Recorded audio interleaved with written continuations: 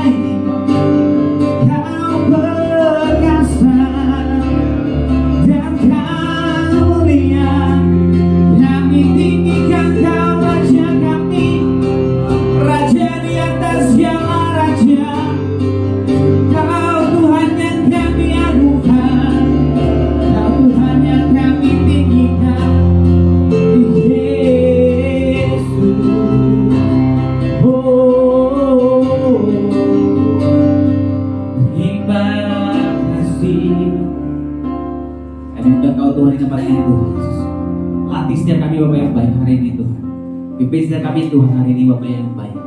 Latih setiap kami Tuhan Yesus. Ajar kami Tuhan. Makasih Bapak yang baik. Makasih Tuhan Yesus. Makasih Tuhan. Makasih Tuhan Yesus. Makasih Tuhan. Yesus Tuhan kami tinggikan. Ditinggikan. Kau kami muliakan. Dimuliakan dan naik ke surga. Dia berikan Roh Kudus, Dia berikan Roh Kudusnya untuk memuliakan dan menolong satu. Sungguh kami rindu, sungguh ku rindu bersekutu denganmu selamanya. Sama-sama katakan, Allah Roh Kudus jamah kami Tuhan. Allah Roh Kudus jamah hatiku dengan urapanmu. Ku rindu selalu dekat denganmu, tinggal di hadiratmu. Sama-sama katakan, Yesus Tuhan, Kau tinggikan Tuhan. Yesus Tuhan ditinggikan, dimuliakan, dimuliakan dan naik ke surga. Dia berikan, Dia berikan Roh Kudus, Roh Kudusnya untuk menguatkan, untuk menguatkan dan menolong. Sungguh rindu Tuhan, sungguh rindu bersekutu denganmu selamanya. Sama-sama katakan, Allah Roh Kudus, Allah Roh Kudus jamah hatiku dengan urapanmu. Ku rindu selalu dekat denganmu, tinggal di hadirat. Allah Roh Kudus, Allah Roh Kudus jamah hatiku dengan urapanmu. Rindu selalu dekat denganmu, tinggal di hadirat. Allah Roh Kudus, Allah Roh Kudus jamah hatiku dengan urapanmu. Rindu selalu dekat denganmu, tinggal di hadirat. Allah Roh Kudus, Allah Roh Kudus jamah hatiku dengan urapanmu. Rindu selalu dekat denganmu, tinggal di hadirat. Roh Kudus jamah kami Tuhan. Allah Roh Kudus jamah hatiku dengan urapanmu. Rindu selalu dekat denganmu, tinggal di hadirat. Rindu selalu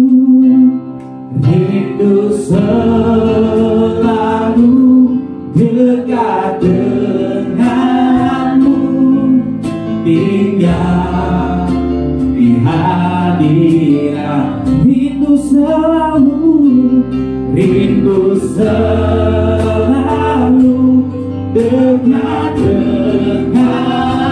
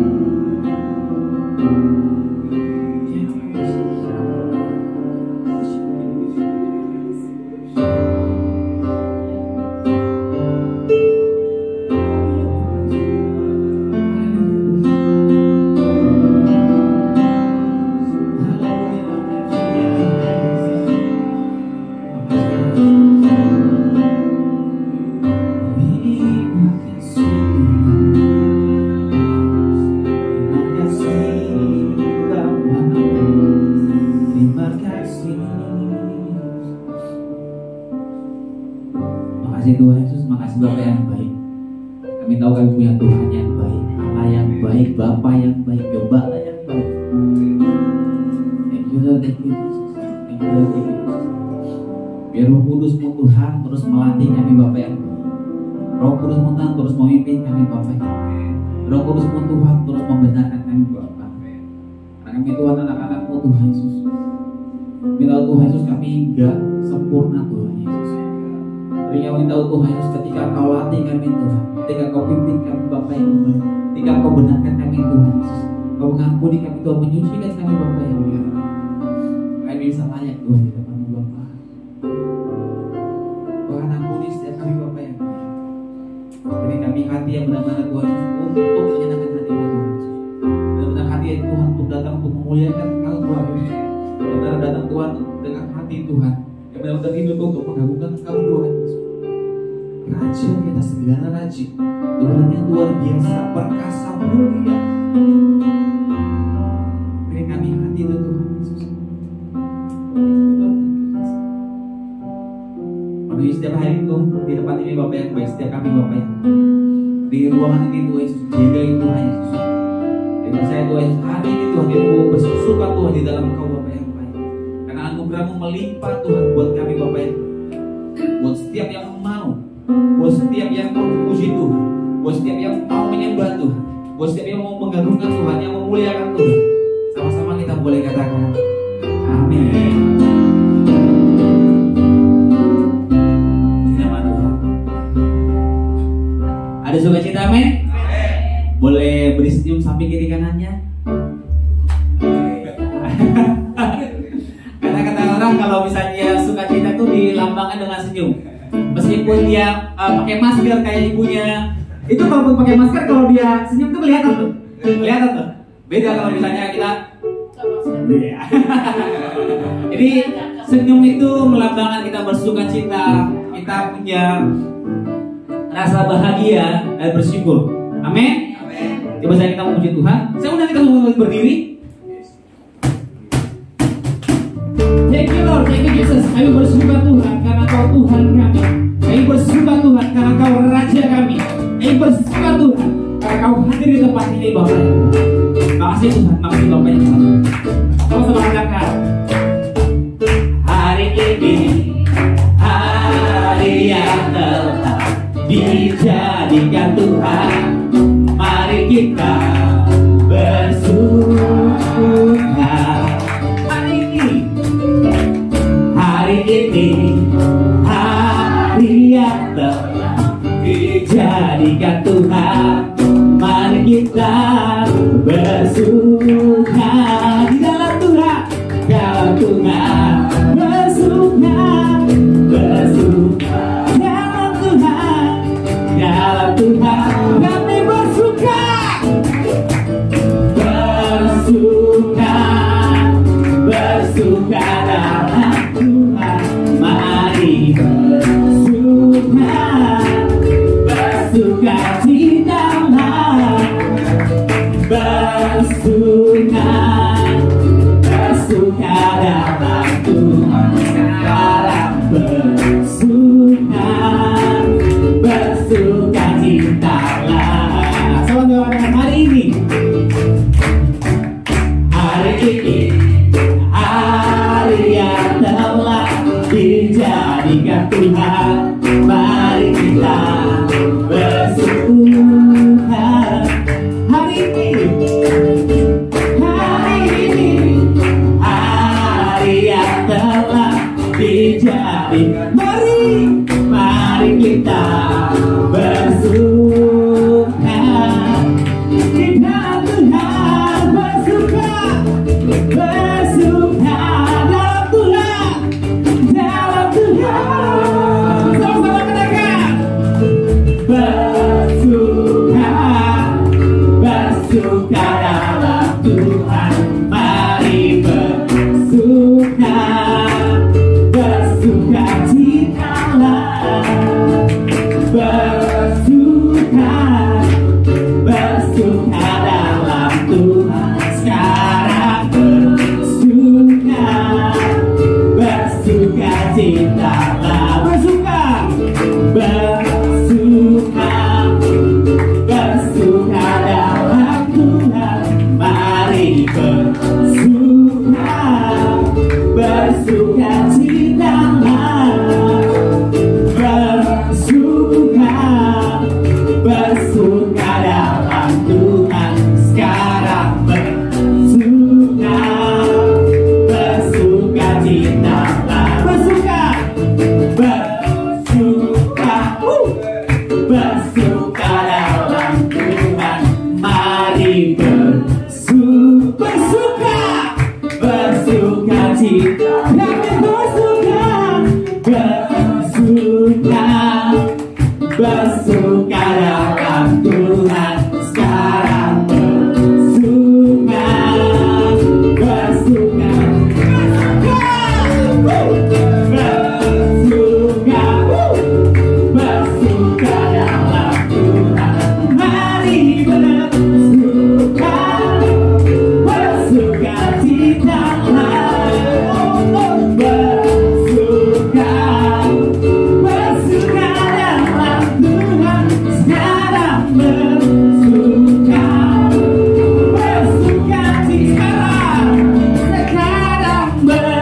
Sekarang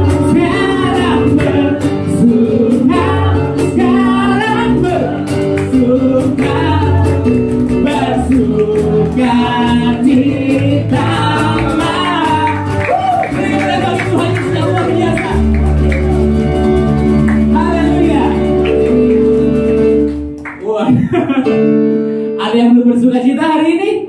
Coba lihat sampai kiri kanannya. Kalau ada yang masih muram-muram, muyam-muyam, koyang dong, bersuka cita. Koyang dong sama saya. Oke.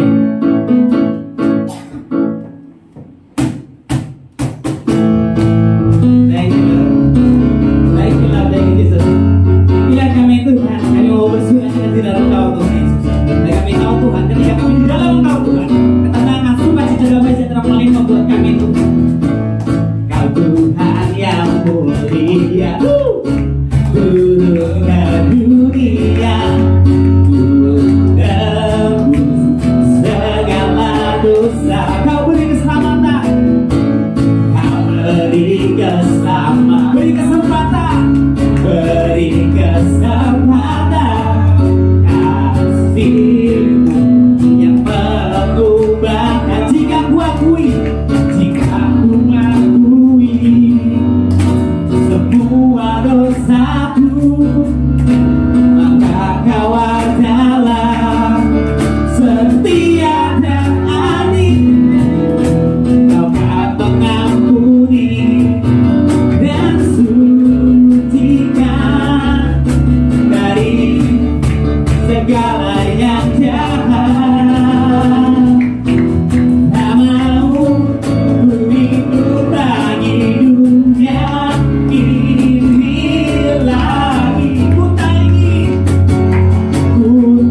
ingin kompromi, tak ingin lakukan hal yang dapat dukakan hatimu. Tak mau ku hidup di luar untuk hadapi aku yang telah bebas aku. Yesus, kebenaran-Mu adalah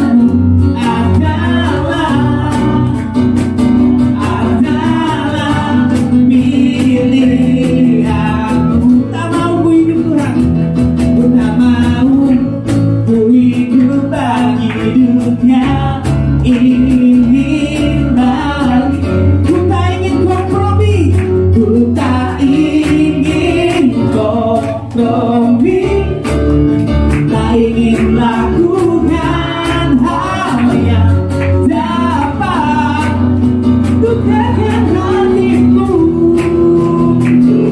Ku tak mau ku hidup di luar untuk hadapi-Mu yang telah bebaskanku. Yesus, kebenaran-Mu adalah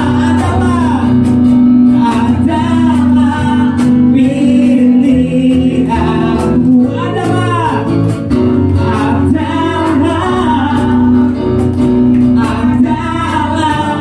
pilihanku. Sekali lagi katakan, adalah pilihanku. Adalah pilihanku. Beri kemuliaan bagi Tuhan Yesus. Luar biasa. Please, kita tempat duduk. Di nama Tuhan ada sukacita, amin. Kita bersyukur, kita berterima kasih sama Tuhan yang luar biasa, yang gak pernah tinggalin kita, yang gak pernah lupakan kita. Benar-benar kalau bukan karena Tuhan kita gak bisa ada sampai hari ini. Itu harus jadi apa ya istilahnya, alarm lah buat kita. Kalau pagi hari bangun, Tuhan terima kasih Tuhan, bisa bangun karena Kau Tuhan, bisa kerja Tuhan terima kasih Tuhan, bisa makan, bisa Tuhan terima kasih Bapak yang baik. Kadang-kadang kalau kita kurang bersyukur tuh jadi hidupnya murung dulu. Karena kalau makan apa aja, cuma makan biasa aja, tapi kalau kita bersyukur tuh katanya, Tuhan terima kasih Tuhan. Jadi lebih ada apa ya? Kenapa?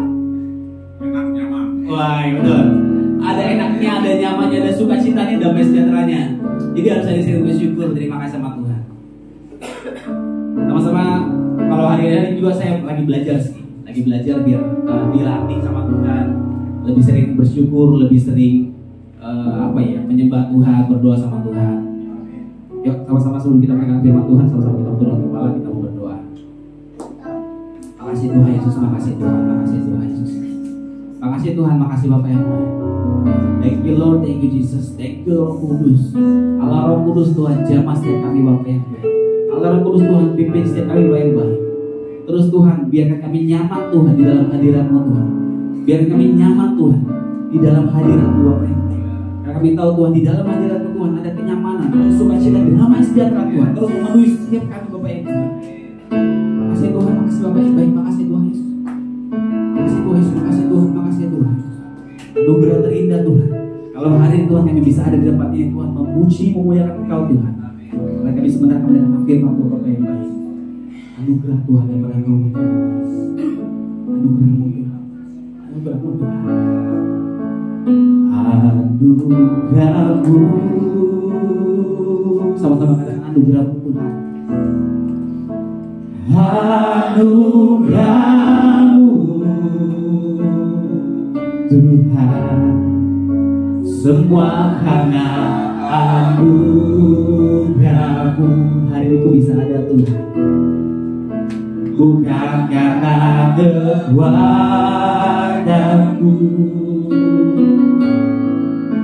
Dan anugerah-Mu, semua karena anugerah-Mu. Anugerah-Mu Tuhan, kasih dan sayang-Mu, sumber kekuatan bagiku. Sama-sama katakan penyertaan-Mu Tuhan Yesus, gak pernah berhenti. Penyertaan-Mu Tuhan, segalanya bagiku, segalanya bagiku. Dan hadirmu di hidupku, terutama bagiku, terutama bagi penyertaan-Mu, penyertaan-Mu Tuhan. Ini buat kami Tuhan, segalanya bagiku. Kami undang hadir-Mu di hidup, terutama bagiku, terutama bagi. Sama-sama katakan anugerah-Mu Tuhan. Anugerah-Mu,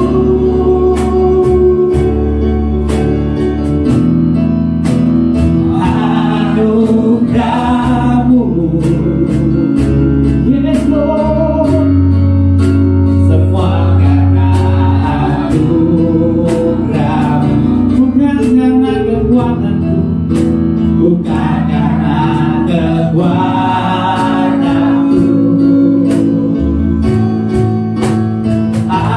Anugerah-Mu,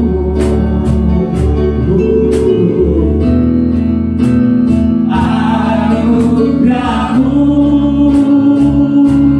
Tuhan, kasih dan sayang-Mu, sumber kekuatan bagiku. Sama-sama katakan anugerah-Mu saja Tuhan. Anugerah-Mu, ini pengakuan kami Tuhan. Anugerah-Mu Tuhan, semua karena anugerah-Mu. Coba tahu kembali, bukan karena kekuatanku. Anugerah-Mu Tuhan, Anugerah-Mu, anugerah-Mu, anugerah-Mu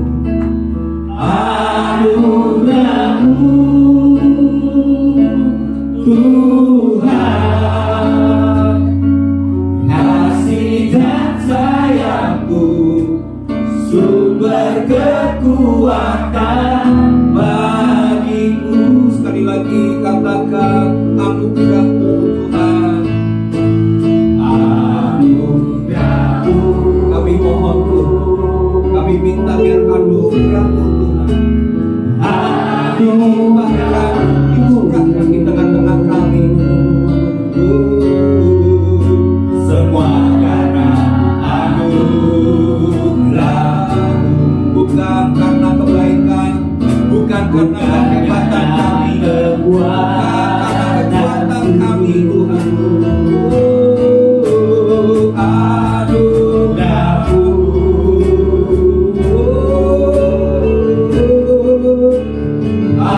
anugerah-Mu Tuhan, kasih dan sayang-Mu, sumber kekuatan bagiku. Sekali lagi katakan, kita mohon, kita minta kepada Tuhan. anugerah-Mu, Anugerah-Mu Tuhan, anugerah-Mu,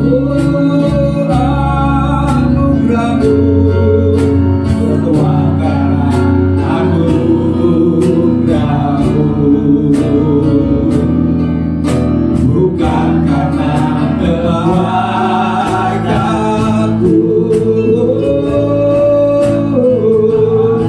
Anugerah-Mu Tuhan, Anugerah-Mu Tuhan, kasih dan sayang, kasih dan sayang, sumber kekuatan berkekuatan bagiku.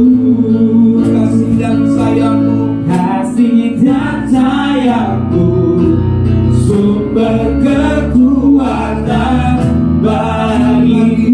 kasih dan sayang-Mu, Kasih dan sayang-Mu, sumber kekuatan bagiku. haleluya. Mari kita naikkan ucapan syukur kita.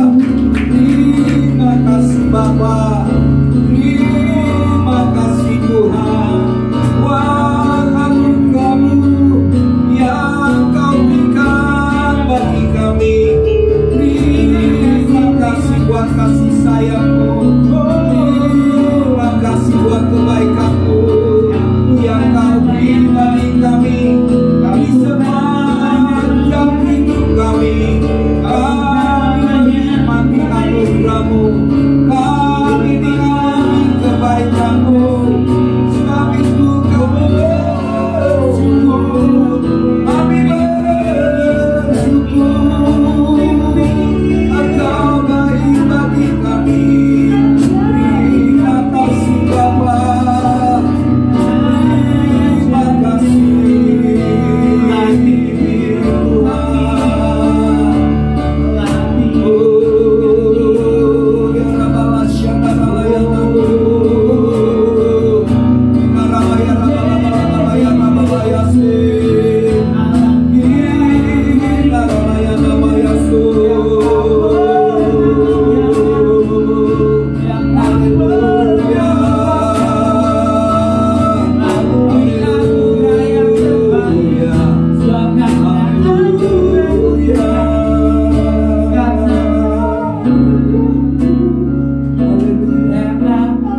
haleluya, terima kasih Tuhan. Terima kasih ungkapan yang kami bawa di hadirat Tuhan, karena kami mengasihi Tuhan, karena kasih-Mu juga yang telah Tuhan nyatakan bagi kami semua Tuhan. Terima kasih buat anugerah-Mu. Kami menyadari kami tidak akan kuat, kami tidak akan pernah mampu melewati hari demi hari di sepanjang hidup kami. Tapi karena ada anugerah Tuhan yang senantiasa Tuhan curahkan dalam hidup kami. Apa yang tidak pernah kami upayakan, apa yang tidak pernah kami usahakan, tapi Tuhan menyediakan anugerah bagi kami.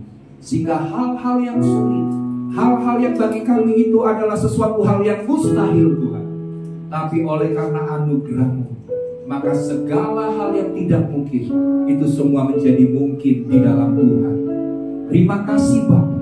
Ajar kami senantiasa bersyukur, ajar kami senantiasa berterima kasih, Ajar kami senantiasa mengandalkan Tuhan dalam hidup kami. Sebab dengan kekuatan kami sendiri kami tidak akan pernah mampu dan tidak akan pernah sanggup.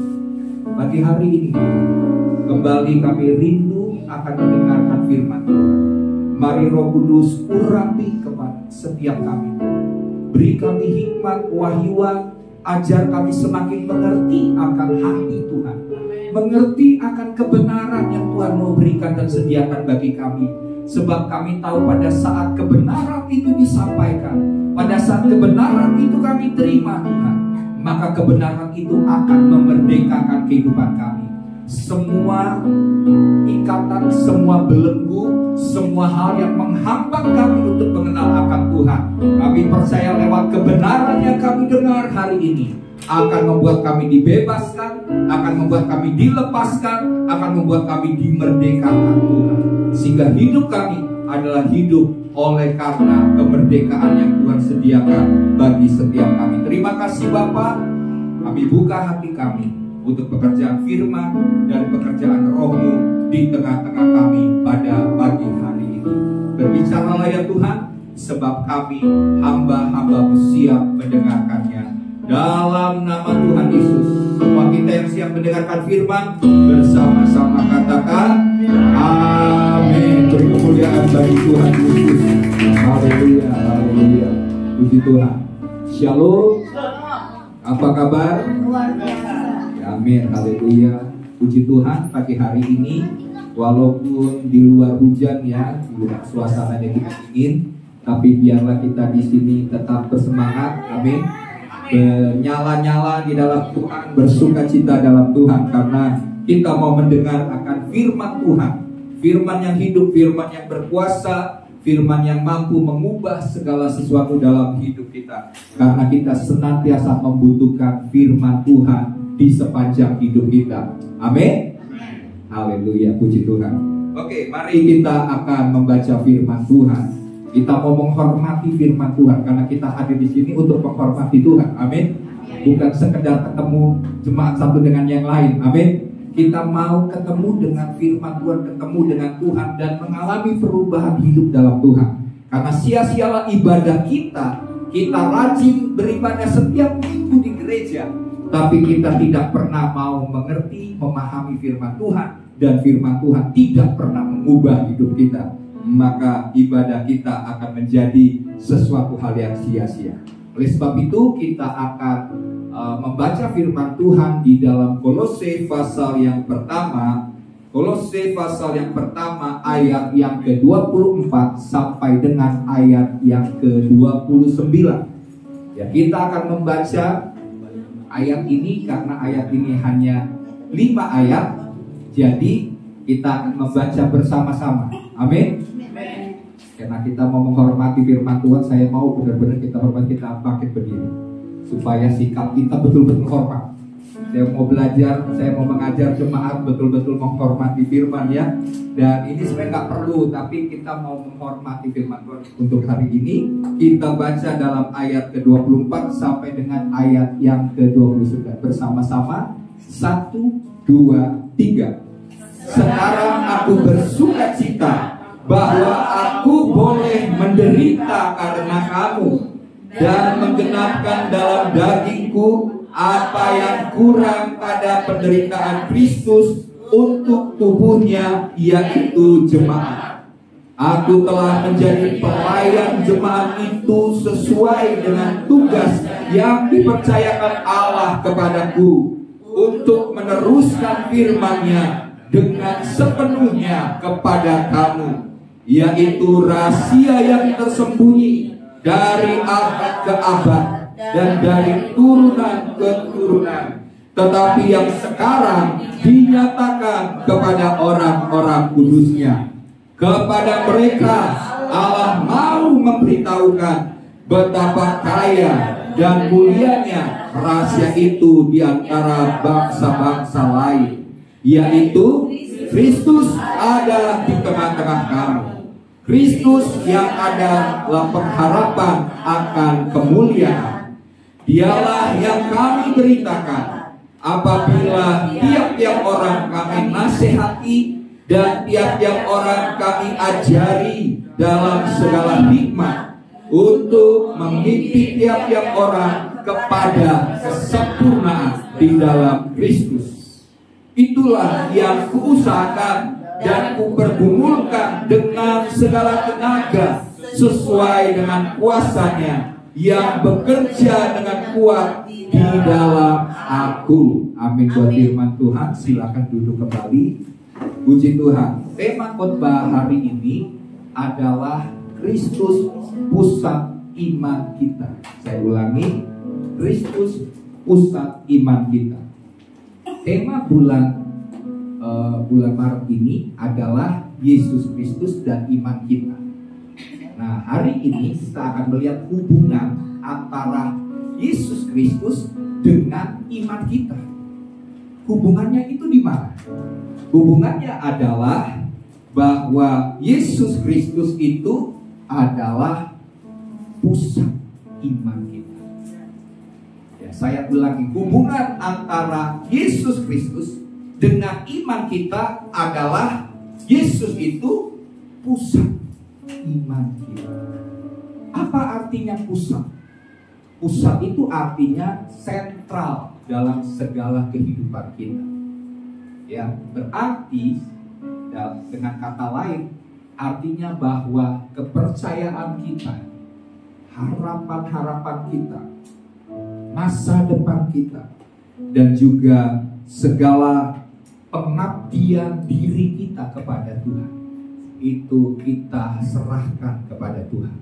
Supaya apa? Supaya kita mendasari hidup kita di atas prinsip-prinsip, di atas nilai-nilai hidup yang diajarkan oleh Yesus Kristus Tuhan kita. Karena Dia adalah Tuhan dan Juru Selamat kita. Amin. Kalau kita seperti saya sampaikan tadi, engkau mengatakan kepadaku bahwa aku adalah guru dan Tuhan. Dan kita tahu juga kita ini sudah diselamatkan, maka kita menyebut bahwa Yesus Kristus adalah Tuhan dan Juru Selamat. Nah, kalau kita mengakui bahwa Dia adalah Tuhan dan Juru Selamat kita, maka kita harus menjalani sebuah hidup di mana Kristus menjadi center. Amin. Menjadi pusat, menjadi sentral dalam kehidupan kita. Contohnya begini, Bapak Ibu Saudara. Sama seperti di pelajaran fisika kan? Fisika atau ilmu bumi ya. Katakan begini, bahwa bumi ini berputar mengelilingi apa? Siapa yang IPA-nya nilainya baik? Bumi ini berputar mengelilingi matahari. Amin. Berarti sentralnya siapa? Matahari. Bumi berputar pada porosnya untuk mengelilingi matahari. Nah, sentral ini bicara soal yang memberi hidup, pemberi hidup. Jadi kalau seandainya bumi ini diciptakan oleh Tuhan untuk berputar mengelilingi matahari, kan kita juga sering lihat bulan. Bulan ini posisinya di mana? Bulan itu posisinya di tengah ya. Ini matahari, kemudian ada bulan, terus ada bumi. Nah, kedua-duanya mengitari matahari. Jadi bukan bumi yang mengitari bulan. Walaupun kita sering lihat bulan gitu ya. Oh, jangan-jangan kita ini mengitari bulan. Enggak pernah. Bulan pun mengitari matahari. Dan sewaktu-waktu pada waktu matahari, bulan dan bumi ini sejajar, maka terjadi yang disebut dengan gerhana bulan, karena sejajar. Jangan kita pikir karena kita mengitari bulan, jadi bulan adalah center, dia yang memberi kehidupan. Enggak, matahari lah yang memberikan kehidupan. Nah, kalau seandainya ini ciptaan Tuhan, sudah ditetapkan Tuhan bahwa bumi harus mengitari matahari. Terus waktu bumi bilang gini, saya tak mau mengitari matahari, saya mau berputar dengan kemauan saya sendiri. Apa yang terjadi? Maka bumi itu akan hancur. Bumi itu akan hilang dari peredaran, atau dikatakan masuk dalam sebuah yang disebut dengan black hole, ya, itu sebuah lubang yang besar dan hilang untuk selama-lamanya. Demikian juga saya kasih contoh. Seseorang yang bekerja di dalam sebuah perusahaan. Dalam perusahaan itu ada siapa? Tentunya ada bos, ada karyawan. Nah, sebagai karyawan maka dia harus melakukan, menerapkan apa yang merupakan aturan main dari perusahaan itu, yaitu dalam hal ini bosnya sebagai center, sebagai pusat. Segala keinginan keputusan yang ditetapkan oleh bos dalam perusahaan itu, maka karyawan harus melakukannya, mendasarinya segala perbuatan itu kepada perintah dari bos. Kalau seandainya dia melawan, dia memberontak, bosnya tinggal bilang keluar. Ya, karena senternya adalah bos. Sama seperti contoh satu lagi nih. Dalam sebuah rumah ada tuan rumah dan ada misalnya asisten rumah tangga. Waktu tuan rumah mempekerjakan asisten ini, dia bilang kerjaan kamu adalah bla bla bla bla. Oke, setuju, sepakat, nanti akhir bulan saya berikan misalnya. Terus kalau seandainya asisten rumah tangga ini bilang, wah si bos ini enak banget, saya kasihnya kerjaannya banyak banget, gajinya mungkin kurang, padahal udah sepakat nih. Saya nggak mau kerjaan yang ini, saya cuma mau kerjaan yang saya suka dan saya mau. Apa yang terjadi? Karena dia tidak berpusat, senternya adalah bos atau tuan rumahnya, maka dia akan diperintahkan untuk keluar. Ya, nah jadi di sini Bapak Ibu Saudara, contoh ini menjelaskan demikian juga kita. Kita ini harus punya iman dan senternya adalah, pusat iman kita adalah Yesus Kristus, ajaran Kristus, nilai-nilai prinsip hidup yang diterapkan, yang dilakukan oleh Yesus, itu yang harus jadi bagian dalam hidup kita. Kalau enggak, berarti kita tidak berada dalam lingkarannya Tuhan, tidak berada dalam perlindungannya Tuhan. Karena kita maunya sendiri, maka kita akan lama-lama keluar dari hadirat Tuhan. Karena kita mau mengikuti keinginan kita sendiri, tidak berpusat kepada Kristus. Ya, jadi kalau kita perhatikan Bapak Ibu Saudara, ayat yang kita baca tadi dalam Kolose 1 ayat 24 sampai 29, ayat ini memberikan kepada kita alasan mengapa Kristus layak menjadi pusat dari kepercayaan kita. Amin.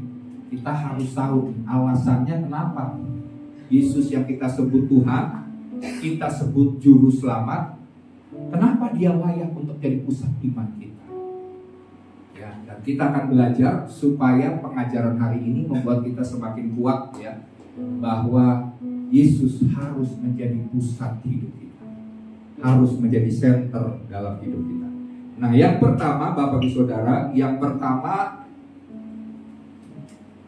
alasannya mengapa Kristus layak menjadi pusat dari kepercayaan kita, karena Kristus rela menderita. Amin. Kayaknya kalau bahasa menderita kayaknya tuh agak berat ini. Kenapa nih Pak? Oh, menderita lagi. Oke, kita baca dulu ya. Dalam ayat yang kita baca tadi, boleh saya akan bacakan ayat 24 ini. Dikatakan begini. Sekarang aku bersuka cita bahwa aku boleh menderita karena kamu. Atau Paulus berkata dalam suratnya ini bahwa dia bersuka cita karena dia menderita karena jemaat, karena umat Tuhan. Terus, dan menggenapkan dalam dagingku apa yang kurang pada penderitaan Kristus untuk tubuhnya, yaitu jemaat. Nah, bahasa ini jangan kita salah paham dan salah mengerti. Jadi seakan-akan kalau kita nanti Bapak Ibu Saudara boleh juga melihat terjemahan-terjemahan yang lain. Ya, terjemahannya bisa diartikan bahwa bukan berarti penderitaan Yesus Kristus itu udah kurang. Ya, nggak cukup. Jadi perlu penderitaan dari Paulus dan hamba-hamba Tuhan yang lain termasuk kita supaya penderitaan Yesus itu genap. atau sempurna. Karena selama ini mungkin penderitaan Yesus di kayu salib itu nggak lengkap, kurang sempurna. Bukan begitu, Bapak Ibu Saudara, maksud daripada ayat ini. Maksud daripada ayat ini supaya Bapak Ibu Saudara paham dan mengerti bahwa pengorbanan Yesus di atas kayu salib itu sudah sempurna. Amin.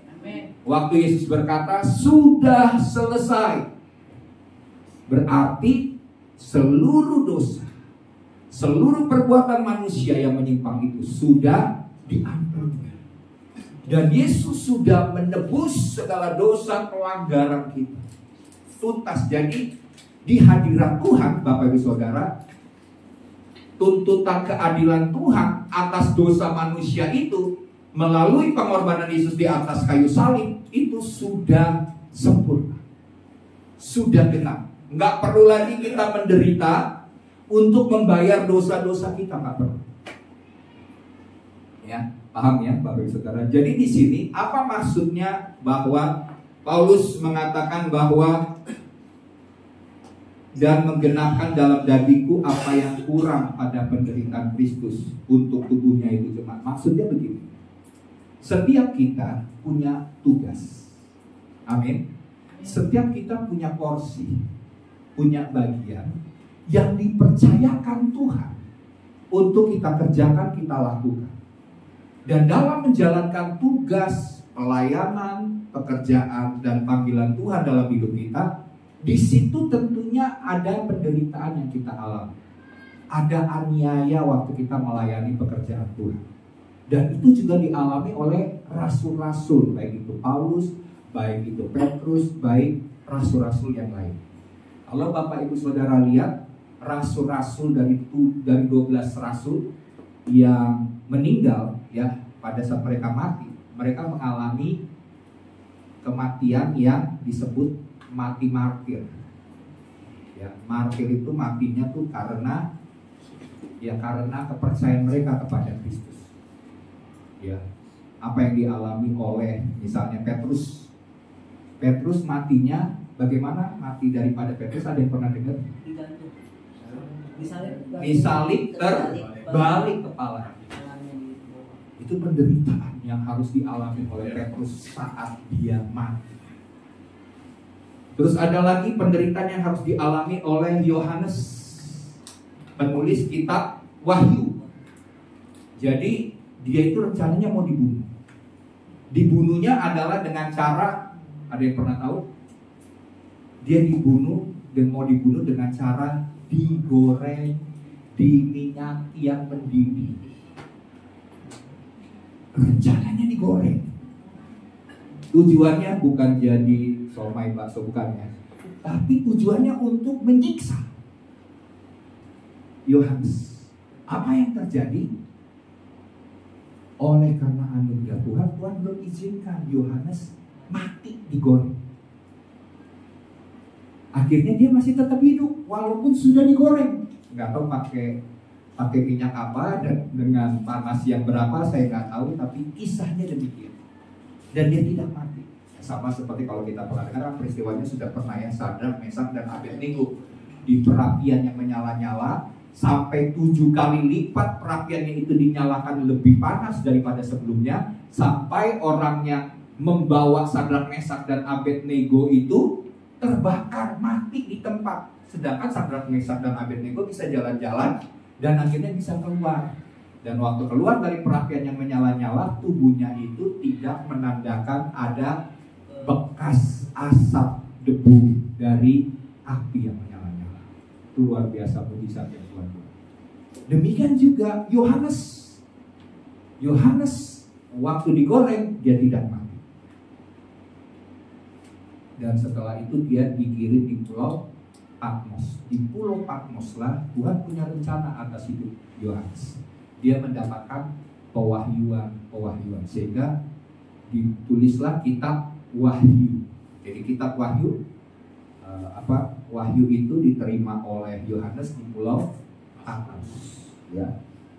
Jadi itu contoh. Kalau kita dengar juga misalnya Paulus matinya diapain? Dipenggal kepalanya. Ada menurut tradisi kuno Kristen kuno mengatakan bahwa waktu Paulus dipenggal kepalanya, maka kepalanya kan namanya kepenggal ya, tuk tuk tuk gitu ya. Kepalanya gitu jatuh ke tanah. Dan di tanah di mana kepala Paulus itu jatuh ke tanah, keluar sumber air, mata air. Itu kisahnya ya. Nah jadi murid-murid Yesus mengalami penderitaan oleh karena Kristus, mati oleh karena iman percaya mereka kepada Tuhan. Tapi mereka nggak khawatir, nggak takut. Sebelum dipenggal, saya percaya Bapak Saudara, waktu kita ngalamin, kalau Tuhan izinkan ada yang mati martir di sini ya. Tapi nggak semua pasti ya. Ada orang-orang khusus yang Tuhan tetapkan untuk mati martir. Tapi Bapak Saudara jangan takut. Sebelum misalnya pedang itu nancep ke leher kita itu nggak akan merasakan sakit. Karena pada waktu itu Tuhan sudah panggil kita. Tubuh kita yang sepertinya dipenggal, tapi kita tidak merasakan sakit waktu meninggal. Karena Tuhan gak juga membiarkan kita menderita begitu rupa sebagai hamba. Tuhan tahu batas kemampuan dari setiap kita. Makanya porsinya, bagiannya, penderitaannya berbeda-beda. Jadi kalau kita baru menderita karena nama Yesus, misalnya ya, kita baru upload di media sosial kita tentang Yesus, terus ada orang yang ngomong jelek, menghina, kata-kata jahat, bilang hal-hal yang yang bertentangan dengan yang kita tulis, kita alami aniaya, itu nggak seberapa. Belum penderitaan secara fisik. Paulus sudah mengalami penderitaan secara fisik. Dia ceritakan berapa kali didera, 39 kali ngalamin pukulan. Hampir mati 3 kali, hampir tenggelam juga beberapa kali. Ngalamin penderitaan yang luar biasa. Tapi imannya tidak pernah goyah. Ya. Nah, jadi di sini Kristus rela menderita bagi kita. Nah, sebagai murid-muridnya demikian juga kita akan mengalami penderitaan, aniaya oleh karena Kristus. Sebagaimana dulu kita mengalami aniaya penderitaan, kita pun juga pasti akan mengalami aniaya dan penderitaan oleh dunia ini. Ya, tapi dikatakan Paulus berkata begini, dia bersukacita. Karena kenapa? Karena walaupun dia harus mengalami penderitaan, karena jemaat, dia tahu apa yang merupakan bagian porsinya itu adalah sebuah hal yang berharga di mata Tuhan. Demikian juga kita, Bapak Saudara. Kalau kita harus mengalami penderitaan karena anak-anak Tuhan yang lain, kita berkorban untuk hal-hal yang demikian.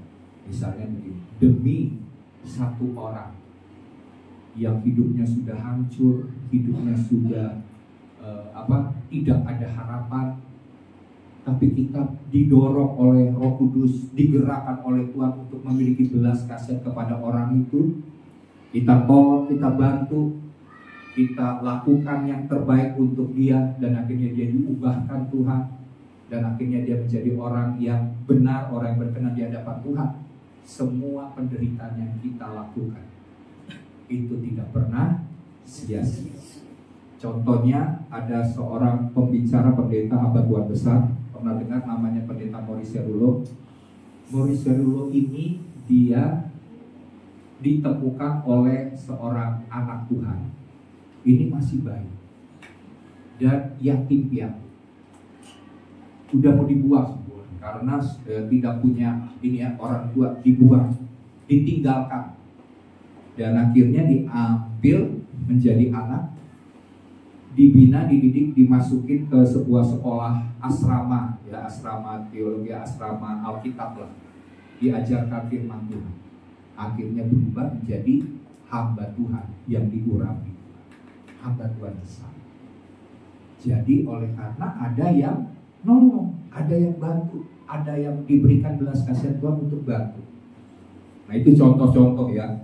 Jadi Paulus pun dia menderita buat umat Tuhan, tapi dia bersukacita karena dia boleh menjadi bagian dari sebagaimana Kristus menderita, dia juga menjadi bagian dari penderitaan Kristus itu. Ya, dia merasakan. Demikian juga setiap kita. Kalau mau kehidupan kita mengalami hal yang demikian, saya percaya upah kita akan besar. Mulai dari hal apa? Misalnya ada keluarga kita yang sudah mulai menyimpang jalannya dari jalan Tuhan. Kita punya beban bagi keluarga kita. Apa yang kita lakukan? Kita doakan. Kita doakan, Tuhan ubah. Misalnya anak saya, atau suami saya, atau istri saya, Tuhan ubah, Tuhan. Berdoa terus, walaupun dicaci maki, walaupun dihina, ditempelek, difitnah, ngomongin yang jahat, kita terus memberkati. Kita terus doakan, Tuhan tolong. Suatu saat dia boleh bertobat dan diselamatkan. Semua penderitaan kita untuk menyelamatkan orang, yaitu keluarga kita, saudara kita, tidak pernah sia-sia di hadapan Tuhan. Ya, jadi di sini Bapak Ibu Saudara, selanjutnya slide berikutnya, Yesus, Bapak Ibu Saudara, masih dalam poin ini yang pertama, Yesus tidak pernah menerka-nerka seperti apa penderitaan itu, ya, melainkan telah mengambil bagian karena dia tahu persis bagaimana rasanya penderitaan itu. Jadi nggak cuma Yesus ini melihat penderitaan kita, terus dia ada di sorga, dia cuma bilang kuat ya nak, enggak. Tapi Yesus pun juga mengalami penderitaan yang sama pada waktu dia ada di bumi. Disitulah luar biasanya cara Tuhan. Kenapa Tuhan harus datang ke dunia? Kenapa dia harus lahir di bumi ini? Supaya apa? Salah satunya selain dia harus menebus dosa-dosa kita di atas kayu salib, tapi dia mengambil rupa menjadi seorang hamba. Dia juga mengalami penderitaan layaknya seperti anak manusia. Dalam Ibrani 4 ayat 14-15 bisa ditampilkan ayatnya. Ibrani 4 ayat 14-15 berkata begini. Karena kita sekarang mempunyai iman besar agung yang telah melintasi langit, yaitu siapa? Yesus, anak Allah. Baiklah kita teguh berpegang pada pengakuan iman kita.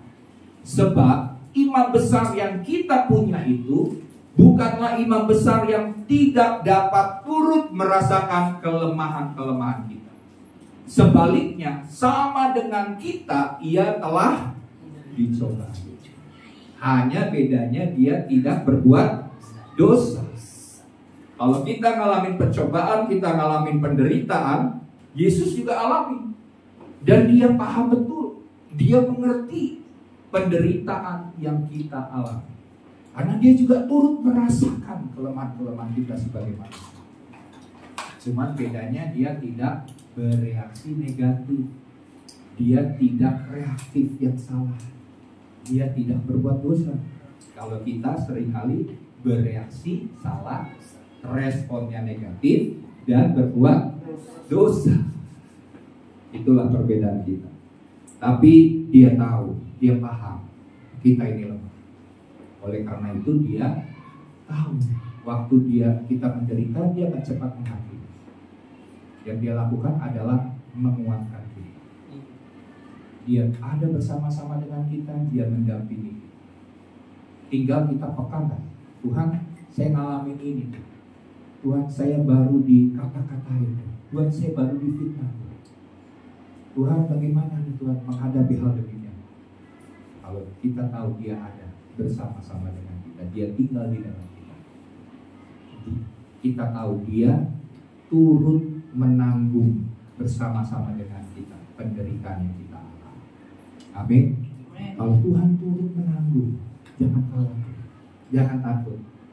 Pasti kita juga akan dikuatkan, ditolong, dikuatkan, dan kita akan menemukan jalan keluar untuk mengatasi penderitaan. Kalaupun ada penderitaan, enggak selamanya. Amin. Ada waktunya semua. Ada kadaluarsanya Bapak Saudara ya. Jadi kalau Tuhan udah lihat, wah ini kamu udah gak kuat, walaupun diizinkan penderitaan. Tujuan penderitaan-penderitaan yang kita alami ini adalah membuat kita semakin, nanti kita akan kesana, dewasa, sempurna, sama seperti Kristus. Oke, jadi di sini kita melihat bahwa tujuan penderitaan Kristus adalah untuk menggantikan penderitaan kita yang kita tidak dapat tanggung. Jadi kalau kita alami penderitaan sekarang ini, itu Tuhan tahu bahwa kita bisa menanggung bersama dengan Tuhan Kristus yang ada dalam hati kita. Tapi yang gak bisa kita tanggung, yaitu menghapus dosa-dosa kita yang sudah begitu banyak dari turunan sampai keturunan, itu hanya bisa ditanggung oleh Kristus. Jadi Yesus yang gak bisa kita tanggung, dia sudah bayar, lunas. Kalau kita harus ngalamin penderitaan sekarang ini penderitaan ringan, penderitaan biasa yang kita dapat menanggungnya. Walaupun waktu kita mengalami penderitaan itu kita akan teriak, kita akan bilang, Tuhan berat Tuhan, Tuhan gak sanggup Tuhan, Tuhan tolong saya. Tapi Tuhan tahu dia akan memampukan, dia akan biarkan kita sendirian menanggung penderitaan kita. Itulah luar biasanya Tuhan ya. Nah, jadi di sini kita lihat bahwa jadi karena penderitaannya di kayu salib itu sudah tuntas, sudah sempurna, maka penderitaan kekal kita itu telah dihapus. Yang paling bahaya itu penderitaan kekal. Kalau penderitaan ringan yang kita alami ini masih sebenarnya kita sanggup. Tapi kalau penderitaan kekal kita udah gak bisa. Karena kenapa? Penderitaan kekal itu berarti selama kita hidup kita akan ngalamin penderitaan. Kalau penderitaan kekal sampai ke neraka. Ya kan? Penderitaan kekal itu berarti kita ngalamin penderitaan sampai kita dihukum dalam hari penghakiman, di hari yang terakhir. Itulah yang disebut dengan penderitaan kekal. Tapi Yesus sudah tanggung penderitaan kekal kita itu, sudah dihapus asalkan kita percaya akan pengorbanan, penebusan Kristus atas dosa-dosa kita. Kalau kita tidak percaya, kita tidak mengakui, tidak mempercayai pengorbanan Kristus di atas kayu salib, kita juga akan mengalami penderitaan kekal. Ya, siapa yang mau mengalami penderitaan kekal? Sorry, ya. Rugi dong. Ngapain? Yesus sudah menghapus penderitaan kekal, sudah dihapus. Kenapa kita harus menanggung? Simpel saudara, kita mempercayai pengorbanan. Ya, jadi di sini penderitaan di neraka yang kekal itu sudah dihapus. Tapi Tuhan menyediakan surga. Di surga itu tidak ada ratap dan tangis, tidak ada lagi air mata. Yang ada hanyalah sukacita, damai sejahtera, kasih yang berlimpah. Dan itu disediakan bagi setiap kita. Ya. Nah, bahkan penderitaan yang sekarang yang kita alami, Yesus turut menanggungnya. Tadi saya sudah sampaikan ya. Dan memberi kekuatan kepada kita karena Dia hidup dan tinggal di dalam kita. Dalam ayat yang kita baca tadi dikatakan ada rahasia yang berabad-abad, yang turun-temurun. Apa itu rahasianya? Rahasianya bahwa Kristus itu tinggal atau hidup di tengah-tengah kamu, atau Dia tinggal dan hidup di antara kamu, yaitu tinggal di dalam hatimu.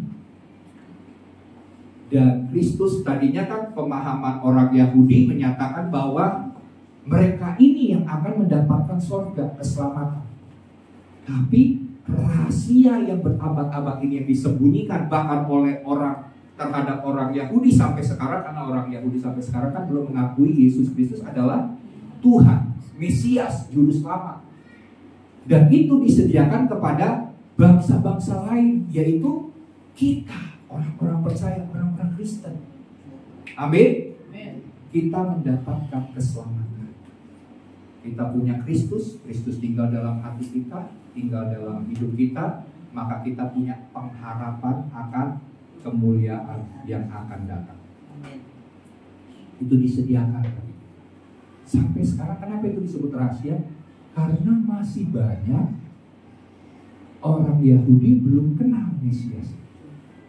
Padahal Tuhan berkata, aku datang kepada umatku, tapi umatku tidak menolak aku, tidak mengenal aku. Sayang kan? Padahal Yesus itu lahir sebagai orang Yahudi. Walaupun ada gambar Yesus dalam rupa wujud orang Cina misalnya, atau orang Indonesia, itu gambarannya bahwa Kristus itu bagi segala bangsa. Tapi dia lahir di mana, di kota mana? Bethlehem gitu ya. Jangan tulis di Nazaret gitu ya, nanti salah paham gitu ya. Oh, Yesus lahir di Nazaret, dia enggak. Yesus lahir di Bethlehem, walaupun dia adalah orang Nazaret. Jadi Bapak Ibu Saudara, di sini kita lihat bahwa penderitaan yang kita alami, Yesus pun menanggungnya. Jadi yang perlu kita pahami, kita harus belajar untuk mempercayakan Allah Tuhan atas hidup kita. Amin.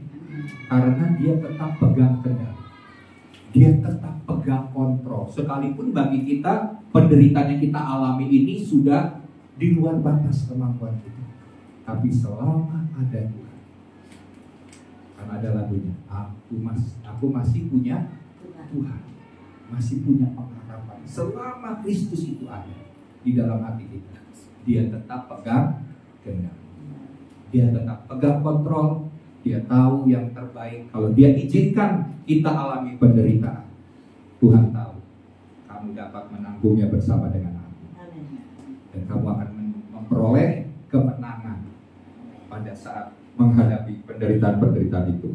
Ya, jadi disinilah luar biasanya Tuhan. Kita mampu mengatasi penderitaan dengan iman yang kokoh. Bahkan kita memiliki iman yang berkemenangan, karena pusat iman kita adalah Kristus.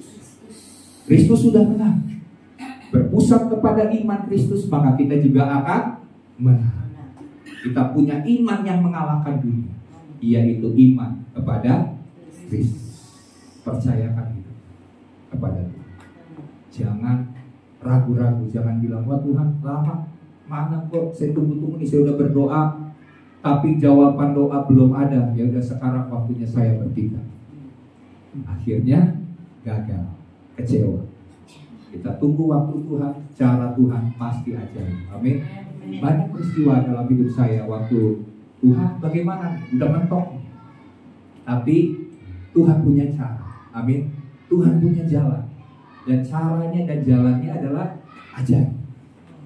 Ya, banyak hal-hal yang saya bilang, Tuhan, ini karena Tuhan, bukan karena saya. Bahkan penderitaan yang harus kita alami, saya juga mengalami sebagai hamba Tuhan. Bukan berarti tidak hamba Tuhan pendeta itu tidak mengalami pencobaan, tidak mengalami penderitaan, tidak mengalami masa sulit, ada. Tapi waktu berserah Tuhan, kami nggak tahu. Tuhan punya cara yang ajaib dan dahsyat. Amin. Karena pusat iman kita adalah Kristus. Yang kedua, kenapa alasannya kita layak menjadikan Yesus Kristus itu sebagai pusat iman kita adalah yang kedua, karena Kristus menjadi tujuan iman kita. Ini penting. Kristus harus menjadi, selain pusat, dia juga adalah tujuan. Tujuan berarti akhir daripada pertandingan iman kita. Yesus harus jadi tujuan akhir dalam hidup kita. Ada banyak orang menempatkan hal yang bukan tujuan sebagai sebuah tujuan. Akhirnya kita tidak akan pernah sampai kepada tujuan. Contohnya, banyak orang Kristen menganggap bahwa menjadi kaya itu adalah tujuan hidup.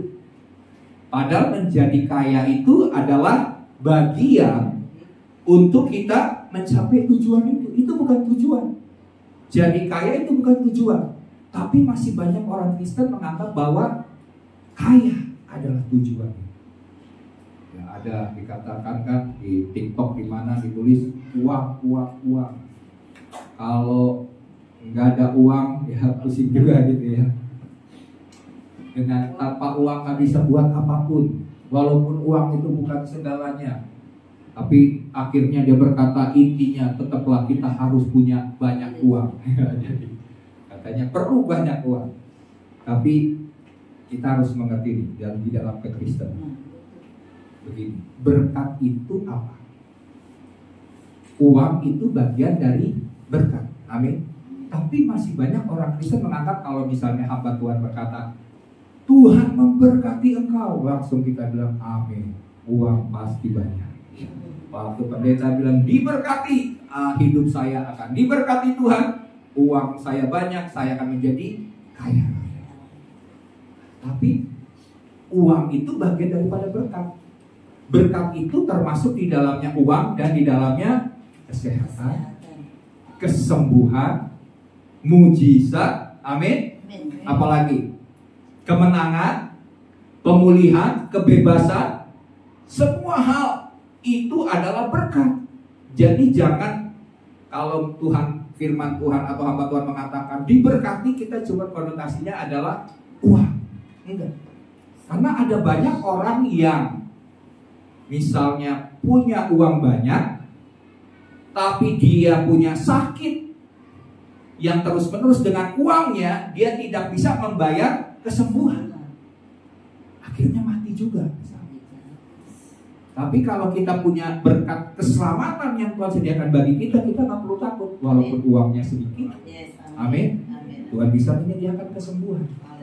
Kalaupun misalnya Tuhan panggil kita dalam keadaan sakit, misalnya kita sudah disediakan tempat di surga, itu juga berkat Tuhan, berkat keselamatan.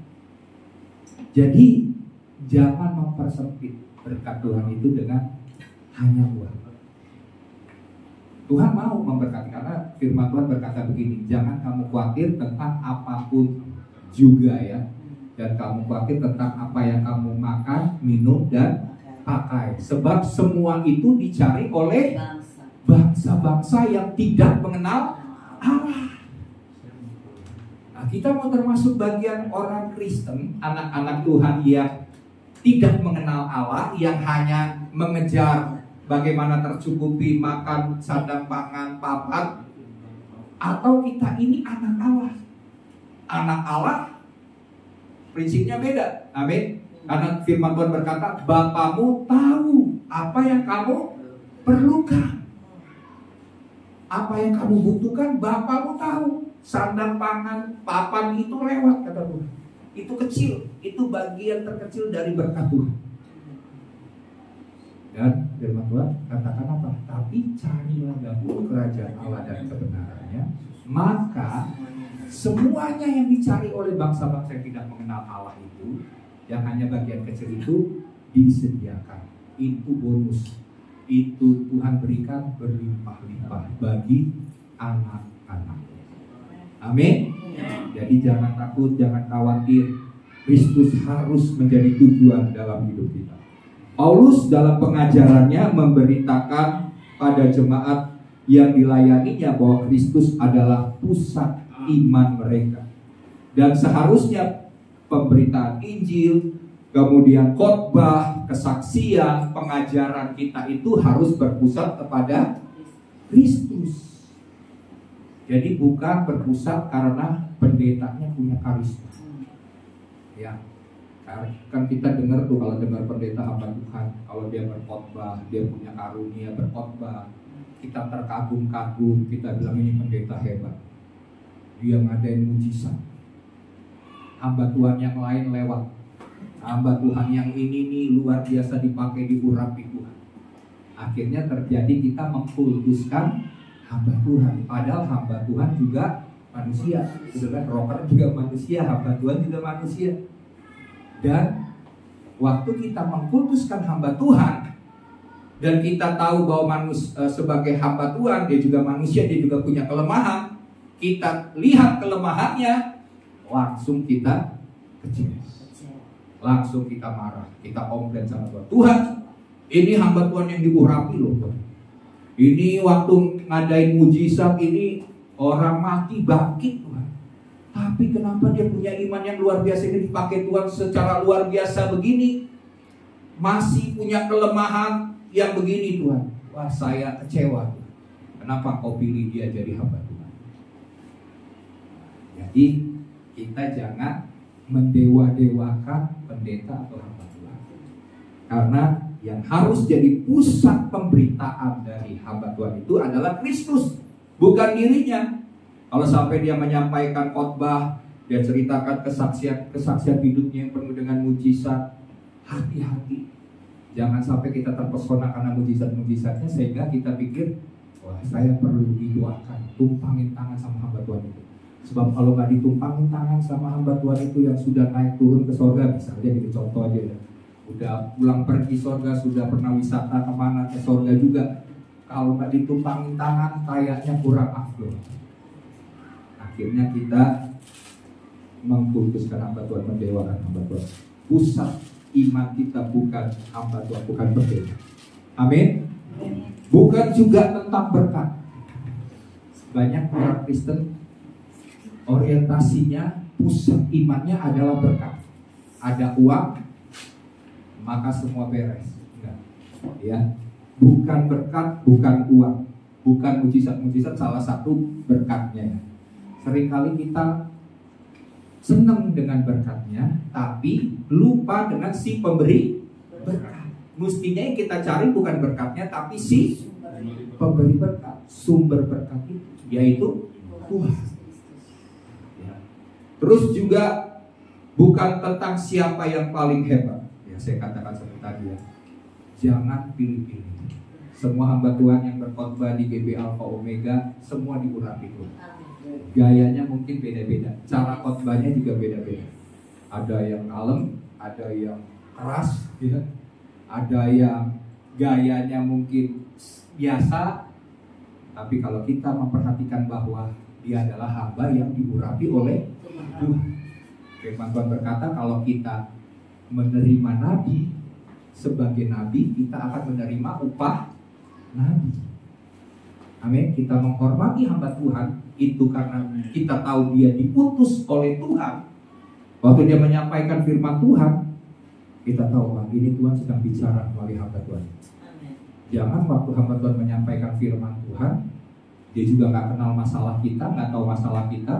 Waktu berhubungan dengan kita bilang, wah ini pendeta nih jangan-jangan dengar gosip tentang saya. Enggak. Hamba Tuhan itu murni menyampaikan firman. Kadang-kadang dia menekankan sesuatu karena Tuhan menggerakkan dia menyampaikan sesuatu. Amin. Bukan karena ada yang musikin, bukan. Tapi itu adalah murni dari pesan Tuhan. Makanya saya terus terang menghindari untuk hal-hal yang berhubungan dengan cerita, apalagi gosip. Kalau gosip saya abaikan. Karena kenapa? Saya harus menyampaikan firman Tuhan dengan murni sesuai dengan kebenaran. Ya, tidak untuk mencari keuntungan, tidak untuk menyatakan hal-hal yang benar tapi dibuat salah-salah, enggak. Firman Tuhan katakan ya di atas ya, katakan tidak di atas tidak. Kalau benar katakan benar, kalau salah katakan salah. Itulah hamba Tuhan. Ya, nah jadi dalam memberitakan Yesus sebagai pusat iman, yang perlu dilakukan adalah mengajarkan dan menasehati tiap-tiap orang sesuai dengan ajaran Kristus. Jadi di sini, Bapak Ibu Saudara, jangan pernah bosan. Amin. Dengar firman. Misalnya temanya kok Yesus Kristus Tuhan, Yesus Kristus Tuhan, Yesus Kristus Tuhan. Aduh bosan. Pak Pendeta, saya udah tahu Yesus Kristus itu Tuhan. Saya udah percaya, saya udah ngakuin. Kemana-mana saya sudah katakan Yesus Kristus Tuhan dan Juru Selamat saya. Tapi pertanyaannya, betulkah Yesus sudah menjadi Tuhan dalam hidup? Ternyata dalam perjalanan hidup kita, kita menjadikan diri kita tuan bagi keputusan dan keinginan kita sendiri. Padahal kita mengaku dengan mulut, perbuatan kita tidak mengakui Yesus adalah Tuhan. Jadi jangan pernah bosan waktu kita menerima pengajaran, ya. Yang kita pikir, oh saya udah tahu nih, Pak Pendeta, nggak perlu khotbah mengenai hal itu karena saya udah tahu ajaran tentang itu. Firman itu senantiasa baru setiap hari. Waktu kita dengar firman Tuhan, oh ya, ada pewahyuan baru, ada hal-hal yang baru yang saya terima hari ini. Walaupun ayatnya sama, ya.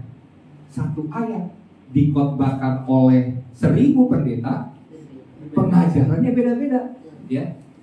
Hal yang disampaikan berbeda-beda, padahal ayatnya sama. Itulah pekerjaan dari Roh Kudus. Roh Kudus, firman Allah itu hidup berkuasa. Firman Allah itu punya makna yang sangat-sangat dalam. Ya, oke. Jadi di sini dan juga jangan merasa sudah tahu, merasa sudah pinter, ya kan? Padahal orang yang mengatakan bahwa sudah tahu dan sudah pinter itu ternyata belum tahu banyak, dan ternyata bukan sudah pinter, kurang bijak malah dalam mengambil keputusan-keputusan. Jadi terima dalam setiap kali kita beribadah, apapun yang disampaikan oleh hamba Tuhan di mimbar, firman Tuhan, kita terima. Karena kalau kita menerima kebenaran, maka kebenaran itu akan memerdekakan. Jangan pilih-pilih kebenaran. Jangan pilih-pilih kalau yang wah itu betul Pak, itu udah saya alami tuh. Tapi yang ini waktu diperintahkan untuk dilakukan, wah ini berat. Jangan Pak Pendeta, Tuhan saya nggak mau yang ini Tuhan. Saya maunya yang itu saja yang sudah saya alami dan sudah enak. Kalau yang ini itu bukan bagian saya, enggak. Kita terima firman itu secara utuh, lengkap, amin, sempurna, supaya berkatnya juga utuh, lengkap dan sempurna. Kalau sebagian, nanti Tuhan kasih sebagian. Kalau Tuhan kasih sebagian, jangan marah, ya, karena kita sendiri yang menolak kebenaran. Oke, nah, jadi Kristus menjadi tujuan iman karena pada akhirnya setiap orang percaya harus sampai kepada kesempurnaan atau kedewasaan di dalam Kristus. Itu tujuan kita. Terus yang ketiga, yang terakhir, Kristus menyatakan kuasanya. Kristus adalah pusat iman karena dia memiliki otoritas atas segala sesuatu. Firman Tuhan berkata dalam Matius 28 ayat 18-20, segala kuasa di sorga dan di bumi telah diberikan kepada aku, kata Tuhan. Berarti Tuhan punya otoritas atas 3 alam. Alam yang pertama alam fisik, di mana kita tinggal. Dia juga punya kuasa atas kerajaan maut, karena kunci kerajaan maut sudah diberikan kepada Tuhan. Dan dia punya kerajaan Allah itu di sorga yang kekal. Dia punya otoritas atas 3 alam. Jadi Yesus sudah melakukan bagian, maka kerajaan maut, kuasa maut sudah tidak berkuasa lagi. Makanya firman Tuhan berkata begini, hai maut, di manakah semangatmu? Hai maut, di manakah kemenangan? Semuanya sudah ditelan di dalam kemenangan Kristus. Amin. Nah, kuasanya itu diberikan kepada setiap orang percaya. Amin. Kuasa yang sama diberikan kepada kita ketika Roh Kudus dicurahkan. Waktu Roh Kudus dicurahkan pada hari Pentakosta, apa yang terjadi? Maka terjadi orang bernubuat, dapat mimpi, dapat penglihatan-penglihatan. Dan Roh Kudus membuat kita memiliki karunia-karunia Roh Kudus. Dan percaya Bapak Saudara, Roh Kudus mau memberikan itu kepada kita. Jadi nanti waktu kita akan berdoa sebentar, ya, terima pekerjaan Roh Kudus. Saya percaya Roh Kudus akan bekerja di tengah-tengah kita hari ini, dan terima karunia-karunia. Tuhan bisa berikan berdasarkan anugerahnya, ya, untuk kita punya karunia kesembuhan, punya karunia iman, karunia bernubuat, karunia apalagi misalnya mengusir setan. Banyak karunia-karunia Tuhan Roh Kudus sediakan bagi kita. Kita terima karena itu adalah tugas kita. Tuhan berikan supaya tugas kita dalam pelayanan bisa kita kerjakan dengan baik, ya. Nah, kuasa Rohnya juga membuat kita dapat melakukan perkara-perkara ajaib dan perkara-perkara besar. Yesus sepanjang hidupnya dia melakukan banyak mujizat. Murid-muridnya setelah Roh Kudus turun atas mereka pada hari Pentakosta, murid-murid Yesus juga banyak mengadakan mujizat. Betul ya? Petrus pada waktu dia terima Roh Kudus, apa yang dilakukan sekali berkhotbah, 3.000 orang diselamatkan. Ada katakan kita berkhotbah 1.000 kali, 1 orang pun nggak ada. Tapi dia sekali berkhotbah 3.000 diselamatkan. Dan yang dilakukan mujizat-mujizat yang dialami oleh murid-muridnya ini, itu juga akan disediakan bagi setiap kita. Paulus waktu Yesus dia menyembuhkan kan, Yesus bisa menyembuhkan pakai apa? Tanah ya. Dia taruh, dia ludahin tanah, terus taruh di mata daripada orang yang buta. Akhirnya mata itu setelah diusap jadi bisa melihat. Tapi Petrus luar biasa. Apa yang dilakukan oleh Petrus? Waktu ada orang sakit, dia bilang kumpulin semua. Waktu kumpulin semua, dia nggak perlu sentuh. Tapi Petrus lewat di tengah-tengah mereka. Bayangannya Petrus saja, apa yang terjadi? Menyembuhkan orang-orang yang sakit. Kuasa Roh Kudus yang bekerja dalam diri Kristus diberikan kepada kita. Amin. Yang bekerja dalam kehidupan rasul-rasul, murid-murid Yesus, gereja mula-mula juga diberikan bagi kita. Persoalannya kita percaya kan? Apa kita bilang, wah itu Petrus lain, dia anak emas, anak kesayangan Yesus. Ya, kita juga akan melakukan mujizat-mujizat, perbuatan-perbuatan yang ajaib yang Tuhan berikan. Dan yang terakhir, kuasa Roh Kudusnya memampukan orang percaya untuk menjadi saksi Kristus yang efektif. Amin. Sehingga dapat melaksanakan tugasnya dalam pekerjaan Tuhan. Karena firman Tuhan berkata bahwa jika Roh Kudus turun ke tengah-tengah kamu, kamu akan memiliki kuasa untuk menjadi saksi Kristus. Supaya kamu bisa pergi ke Yudea, ke Yerusalem, Yudea, Samaria, sampai ke ujung bumi menjadi saksi Kristus. Kemampuan yang ilahi itu oleh Roh Kudus akan tinggal. Kita punya kuasa. Amin. Kuasa itu sudah diberikan oleh Kristus. Karena Roh Kudus turun, dia memampukan kita. Amin. Untuk melakukan perkara-perkara besar. Jadi nanti kalau misalnya ada yang kerasukan setan, jangan mikir siapa nih. Waduh, mesti pendeta nih. Ini bagiannya pendeta nih. Kalau bagian saya kayaknya kurang punya kuasa. Enggak. Kita praktek. Amin. Ya mulai praktek dengan diri sendiri lah. Diri sendiri ada sakit kecil, berdoa dalam nama Yesus sembuh sakit penyakit. Mulai lakukan dari diri sendiri. Waktu kita sudah belajar mempraktekkan kuasa Roh Kudus yang ada dalam diri kita, baru akhirnya Tuhan percayakan dipraktekkan kepada orang lain. Kalau diri kita sendiri aja kita nggak yakin kita punya kuasa, waktu kita menghadapi misalnya sakit penyakit, kita mikirin pertama kali sakit adalah obat, dokter, dan hamba Tuhan. Nah, ini berarti iman kita belum berpusat kepada Kristus. Kristus punya kuasa, kita juga diberikan kuasa. Karena kita berpusat iman kepada Kristus, Kristus yang hidup di dalam kita memberikan kita kuasa. Amin. Mari kita bangkit berdiri.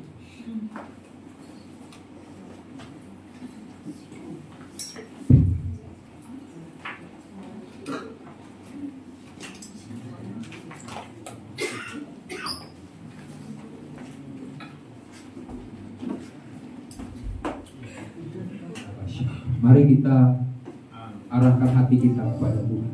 Saya percaya setiap firman yang kita dengar tidak pernah sia-sia. Firman Tuhan berkata setiap firman yang keluar daripada mulut Tuhan tidak pernah sia-sia. Apa yang disampaikan kepada setiap kita bahwa Kristus adalah pusat iman kita. Dia mau supaya kita bukan sekedar mengerti secara teori, tapi dia juga mau supaya kita mengalami bahwa Kristus sungguh-sungguh menjadi sentral dalam kehidupan kita. Ajaran-ajarannya, kasihnya, perbuatan-perbuatannya, perintah-perintahnya kita mau lakukan karena kita adalah anak-anaknya. Tuhan telah memberikan anaknya yang tunggal menjadi contoh, menjadi teladan bagi setiap kita. Dan melalui kehidupannya di bumi, kita juga mau melakukan apa yang Kristus lakukan di bumi ini. Karena kita adalah pengikut-pengikutnya. Mari jadikan Kristus Yesus sebagai pusat iman dari kehidupan setiap kita. Maka saya percaya waktu kita melakukan hal-hal demikian, perjalanan hidup kita akan lebih ringan dan lebih mudah. Kita tidak menanggung sendirian akan beban, masalah, penderitaan yang kita alami. Karena kita tahu ada Yesus yang bersama dengan kita, turut menanggung segala penderitaan dan masalah dalam hidup kita. Jangan pernah biarkan Kristus yang hidup dalam diri kita diam, tidak bertindak. Tapi kita tahu bahwa bersama dengan Tuhan kita akan melakukan perkara-perkara yang besar. Kita dapat melewati segala masalah dan pencobaan yang kita alami hari-hari ini. Karena Tuhan pencipta itu ada bersama-sama dengan kita. Dan pada waktu dia naik ke surga, Tuhan tidak membiarkan kita sendirian. Dia mengutus Roh Kudus. Dan Roh Kudus itu yang tinggal bersama-sama dengan kita, memberikan kita kuasa untuk melakukan perbuatan-perbuatan yang besar, pekerjaan-pekerjaan yang ajaib, mujizat-mujizat yang kita alami karena pertolongan Roh Kudus yang ada dalam hidup kita. Dan Roh Kudus juga memberikan karunia-karunia kepada setiap kita. Saya percaya pada waktu Roh Kudus turun atas setiap kita, dia memberikan karunia dan dia memampukan kita melewati persoalan-persoalan dalam hidup kita. Mari kita nyanyikan lagu ini. Kita minta biar Roh Kudus turun atas setiap kita, membebaskan, melepaskan, memperbaharui hidup kita. Karena dia adalah kuasa Allah yang mampu mengubah hidup kita. Haleluya. Mari kita nyanyikan lagu ini. Allah Roh Kudus, jamah hatiku dengan urapanku, rindu dekat denganmu, tinggal di hadiratmu. Katakan Yesus Tuhan, Yesus Tuhan, ditinggikan, dimuliakan dan naik ke surga. Dia berikan Roh Kudusnya, menguatkan dan menolong selalu. Sungguh ku rindu bersekutu denganmu selamanya. Katakan Allah Roh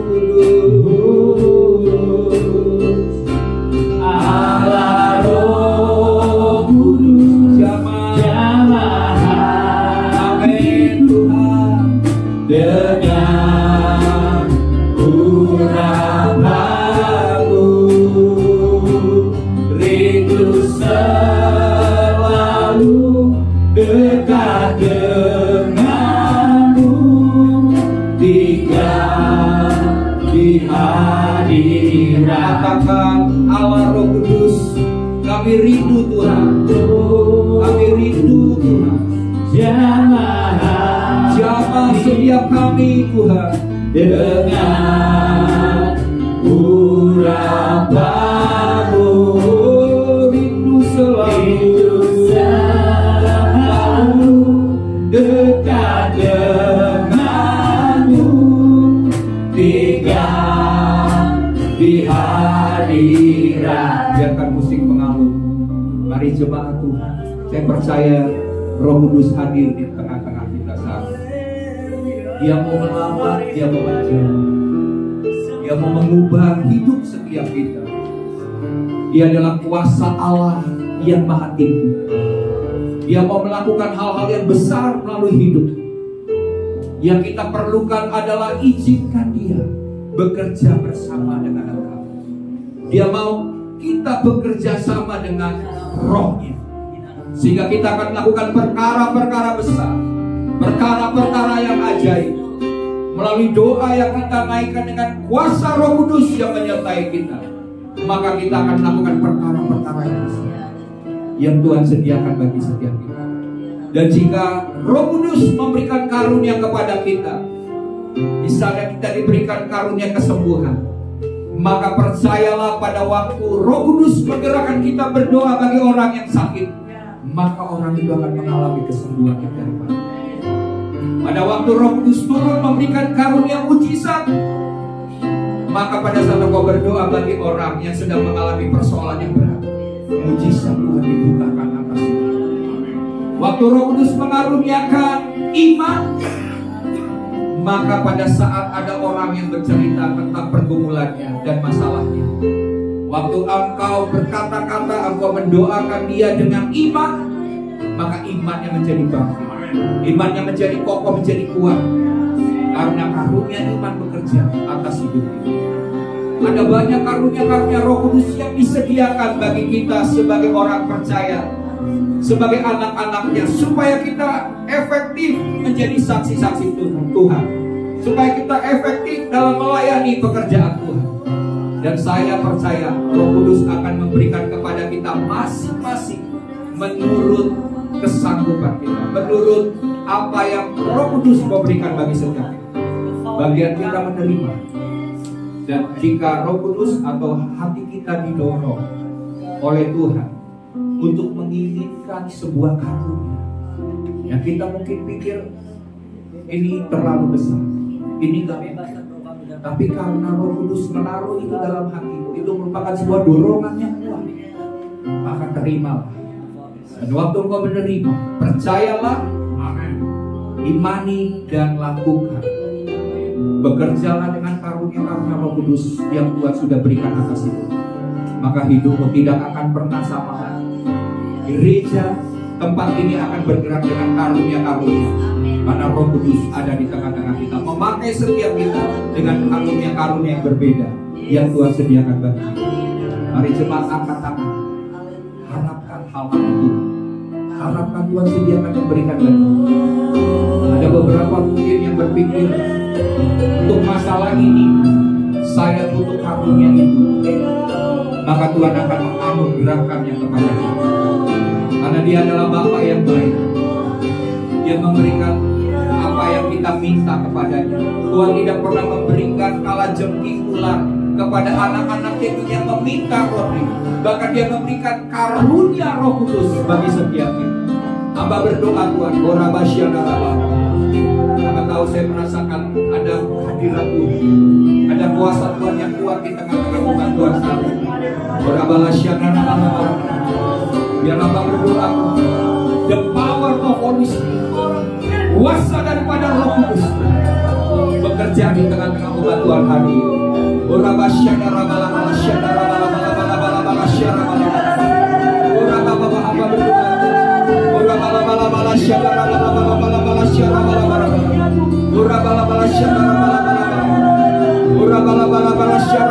Siapkan hati, siapkan bejangan hidupmu untuk Roh Kudus dicurahkan hari ini atas hidupmu.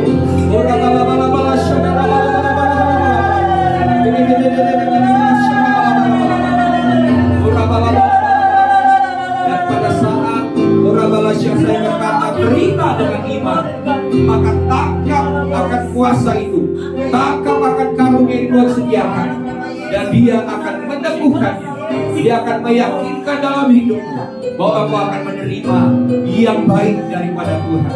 Jangan takut, jangan khawatir, jangan berpikir bahwa Tuhan akan memberikan hal-hal yang jahat. Firman Tuhan berkata, kalau kita minta roti, Tuhan berikan rohnya yang hidup. Dia tidak pernah memberikan hal-hal yang jahat bagi anak-anaknya. Maka pada waktu kita minta Roh Kudus, minta karunia-karunia-Nya, maka Dia akan memberikannya kepada kita sesuai dengan kehendaknya. Mari kita akan nyanyikan lagu ini, dan setelah kita nyanyikan lagu ini, terima bahwa Roh Kudus akan bekerja di tengah-tengah kita melalui hidup kita. Katakan, Allah Roh Kudus jamah hatiku dengan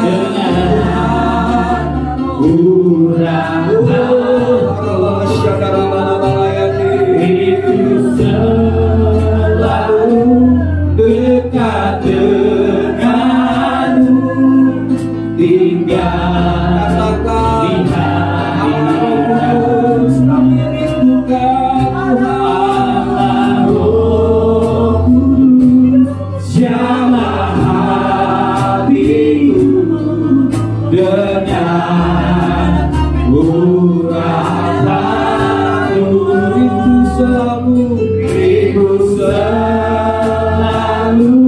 dekat denganmu, tinggal di hadiratmu, tinggal dalam hadiratmu, tinggal di hadiratmu, tinggal Tuhan, tinggal di hadiratmu.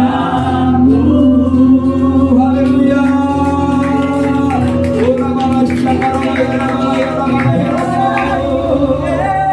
Hamba berdoa saat ini Tuhan, biar Roh Kudus dicurahkan bagi setiap kami. Roh Kudus Tuhan diberikan kepada kami. Roh Kudus akan bekerja atas hidup kami. Tuhan, kami berdoa dalam nama Yesus Kristus, the power of the Holy Spirit, kuasa daripada Roh Kudus saat ini dalam nama Yesus, terima jemaat Tuhan, terima dalam nama Yesus, terima dalam nama Yesus. Lebih lagi kita berdoa dalam nama Yesus, terima pekerjaan Roh Kudus di tengah-tengah hidupmu, di tengah-tengah umat Tuhan di tempat ini, dalam nama Yesus.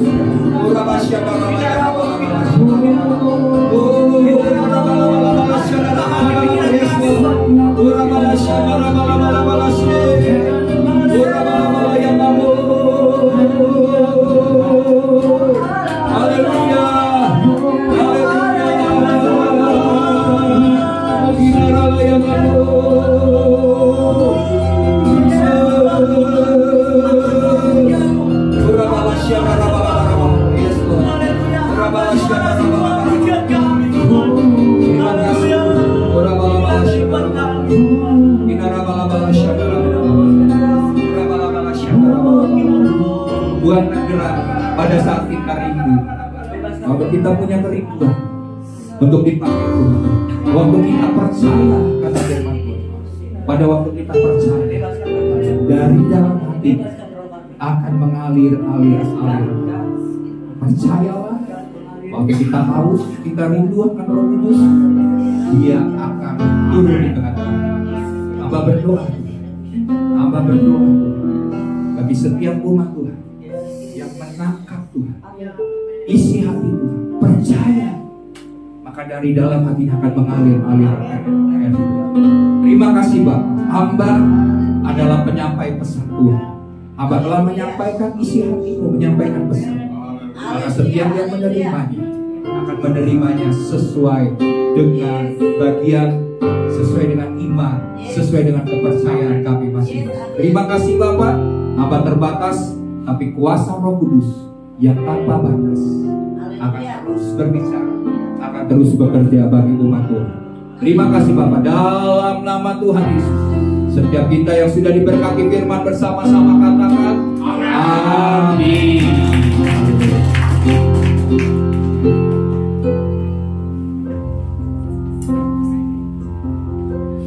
Ya, nama Tuhan. Saudara dua ketika kebenaran firman Tuhan. Amin. Amin. Oke, puji nama Tuhan. Coba saya akan memberi persembahan. Sebelum beri sama-sama kita berdoa, kita berdoa. Bapak, terima kasih Tuhan buat anugerah-Mu yang terbaik Tuhan, yang pernah berhati buat kami Bapak. Yang bersyukur kami punya Tuhan yang luar biasa baik dan ajaib dalam kehidupan kami. Ajaib perbuatan-Mu dan ajaib Tuhan kuasa-Mu Tuhan kuasa kami Bapak yang baik. Minta Tuhan kami memberi persembahan yang Bapak yang baik. Dan Tuhan memberkati setiap kami memberi Bapak. Bisa memberi Tuhan penuh sukacita dalam nama Yesus kami berdoa dan bersyukur. Haleluya. Amin.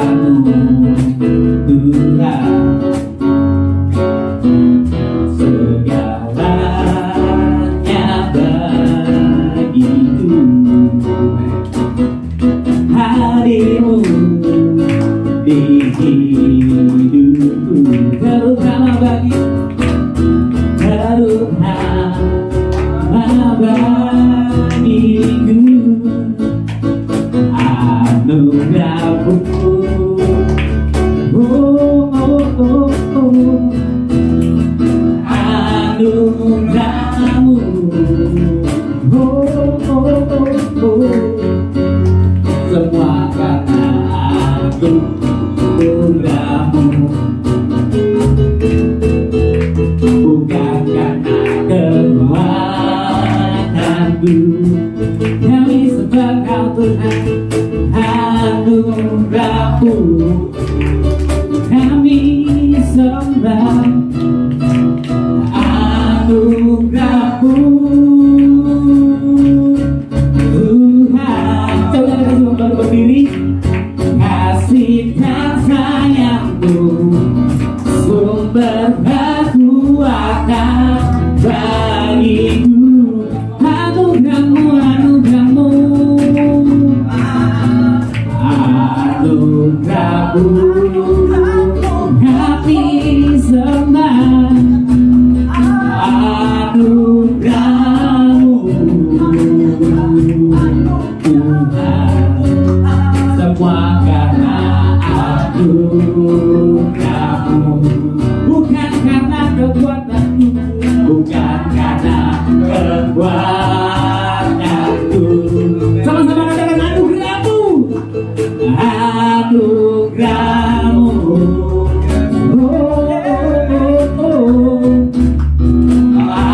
Anugerah-Mu, Tuhan. Sama-sama.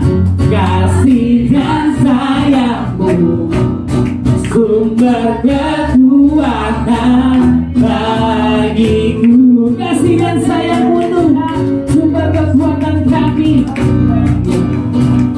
sumber kekuatan bagiku. Coba berkembang. Kasih dan sayang-Mu, kasih dan sayang-Mu, sumber kekuatan bagiku. Bapak, terima kasih Tuhan. Di penghujung daripada ibadah kami percaya Tuhan, firman-Mu bekerja di tengah-tengah kami. Amin. Roh Kudus bekerja di tengah-tengah Yes. kami. Kami percaya Tuhan, maka Tuhan yang menyembuhkan kami yang sakit, menguatkan kami yang lemah Tuhan, membebaskan kami yang terikat, melepaskan kami dari setiap belenggu-belenggu, dari segala intimidasi, dari segala pekerjaan iblis, sehingga kami menjadi orang-orang yang merdeka di dalam Tuhan, dan kami akan melakukan pekerjaan-pekerjaan yang besar bersama dengan Tuhan.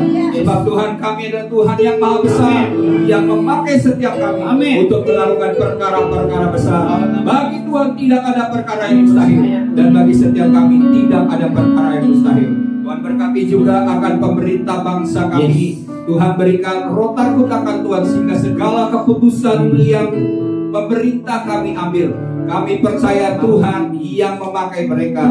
Tuhan yang membuat mereka mengambil keputusan yang membuat bangsa ini menjadi sejahtera, bangsa ini menjadi makmur. Kami tolak segala pekerjaan intervensi kegelapan yang coba mengganggu akan kepemimpinan pemerintah bangsa kami. Dalam nama Tuhan Yesus Kristus, kami minta biar Tuhan pegang kendali, Tuhan campur tangan dalam segala keputusan dan segala hal yang dilakukan oleh pemerintahan bangsa kami. Berkati Tuhan akan Bapak Presiden, Bapak Joko Widodo, Wakil Presiden Haji Ma'ruf Amin, seluruh staf jajaran pemerintahan dari tingkat pusat sampai dengan tingkat daerah, sehingga segala pemimpin dalam bangsa kami ini boleh senantiasa bersatu, melakukan pekerjaan dengan baik, dan melakukan hal-hal yang benar ya Tuhan, seperti yang Tuhan kehendaki. Terima kasih Bapak. Kami percaya bangsa ini diluputkan dari malapetaka, dari bencana-bencana alam, bahkan kegoncangan ekonomi Tuhan ke depan. Kami percaya Tuhan bahwa Tuhan akan meluputkan bangsa kami.